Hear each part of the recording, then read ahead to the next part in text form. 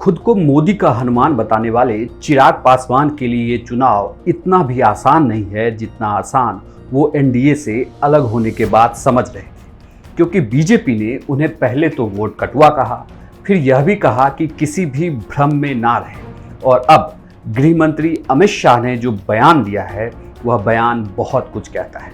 नमस्कार, मैं हूं इंद्र मोहन, आप देख रहे हैं बिहार। चिराग पासवान को लेकर बिहार विधानसभा चुनाव में जबरदस्त चर्चा है। वो जब से एनडीए से अलग हुए हैं तब से उनका कहना है कि वो बीजेपी के साथ हैं, लेकिन वो नीतीश कुमार के खिलाफ हैं। उन्होंने अपने उम्मीदवारों को जदयू के खिलाफ मैदान में उतार भी दिया। हालांकि 5 उम्मीदवार बीजेपी के खिलाफ भी मैदान में। और अब ताज़ा मामला यह है कि अमित शाह ने टीवी 18 को एक इंटरव्यू दिया है, और इस इंटरव्यू में जब उनसे पूछा गया कि चिराग पासवान एनडीए से क्यों अलग हुए, तो उन्होंने जो जवाब दिया वो काफ़ी चौंकाने वाले। दरअसल अमित शाह ने ये कहा कि चिराग पासवान की पार्टी को एनडीए में बीजेपी और जदयू की तरफ से ठीक ठाक सीटें ऑफर की गई थी, लेकिन इस बार एनडीए के घटक दल बढ़ गए थे क्योंकि वीआईपी और हम पार्टी भी इसमें शामिल हो गई, जिसकी वजह से सारी पार्टियों को अपनी अपनी सीटें कम करनी थी। और चिराग पासवान ऐसा बिल्कुल भी करना नहीं चाहते थे, इसलिए वो एनडीए से अलग हो गए। हालांकि जब उनसे यह भी सवाल किया गया कि क्या चुनाव बाद एलजेपी फिर से एनडीए का हिस्सा हो सकती है, तो उन्होंने कहा कि यह तो चुनाव परिणाम आने के बाद ही तय किया जाएगा, लेकिन फिलहाल हम आमने सामने हैं और हमारी लड़ाई आमने सामने की है। यहाँ से 2 बातें शुरू होती है और राजनीतिक गलियारों में इन दोनों बातों पर चर्चा काफ़ी जोर शोर से होती है। एक तो ये कि अमित शाह जो कह रहे हैं ये बड़ी बात है कि क्या जो सीटों की संख्या अमित शाह या नीतीश कुमार की तरफ से कही गई थी उन सीटों पर चिराग पासवान राजी नहीं थे। और दूसरी बड़ी बात यह कि क्या चिराग पासवान अपने लिए अलग रास्ता ही तैयार कर रहे थे बिहार में। और एक बड़ी बात और अमित शाह कह गए हैं कि चुनाव परिणाम आने के बाद ही यह तय किया जाएगा कि क्या एलजेपी एनडीए में वापस आ सकती है।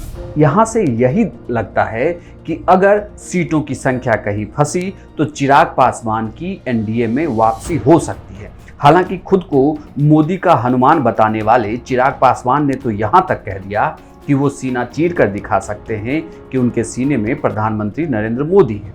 खैर, यहाँ पर बार बार चिराग पासवान लगातार ट्वीट भी कर रहे हैं। पूरे दिन उन्होंने कई ट्वीट किए और इस ट्वीट में उन्होंने जिक्र किया है कि वो प्रधानमंत्री मोदी के तो साथ हैं, उनके विकास कार्यों की वो सराहना करते हैं, लेकिन बीजेपी अपना गठबंधन धर्म निभाए। लगातार चिराग पासवान नीतीश कुमार पर यह भी आरोप लगा रहे हैं कि उनके दबाव की वजह से ही बीजेपी की तरफ से इस तरीके की बयानबाजी की जा रही है। आपको बता दूं कि सबसे पहले प्रकाश जावड़ेकर ने उन्हें वोट कटुआ पार्टी बोला था और उसके बाद भूपेंद्र यादव ने भ्रम नहीं फैलाने की भी बात कही थी। हालांकि उस प्रेस कॉन्फ्रेंस की भी याद होगी आपको, जिसमें सीटों का बंटवारा हो रहा था, उसमें भी सुशील मोदी और दूसरे बीजेपी नेताओं की तरफ से यह बात कही गई थी कि एनडीए से एलजेपी अलग हो चुकी है, बिहार एनडीए से। हालांकि केंद्र में उस वक्त रामविलास पासवान मंत्री रहे, लेकिन अब चिराग पासवान के लिए मुश्किल यह है कि अभी तक उस तरीके से किसी बड़े नेता ने, अगर नाम लें तो प्रकाश जावड़ेकर और भूपेंद्र यादव ने ही कहा था, लेकिन अब अमित शाह ने कहा है।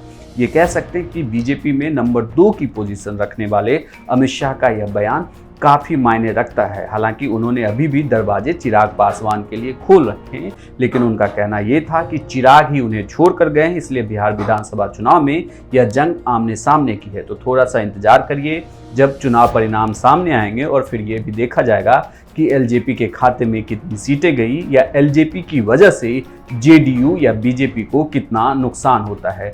जब 10 नवंबर को ईवीएम खुलेंगे तो परिणाम सबके सामने होंगे। तब तक बिहार चुनाव से जुड़ी हर एक खबर आप बिहार तक पर देख सकते हैं।